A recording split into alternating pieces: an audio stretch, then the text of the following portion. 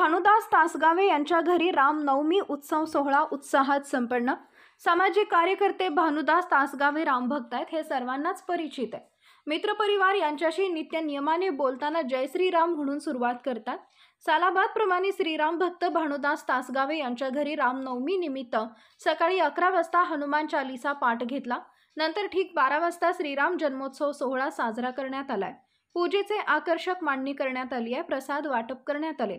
भागातील भाविकांनी प्रसादाचा लाभ घेतला।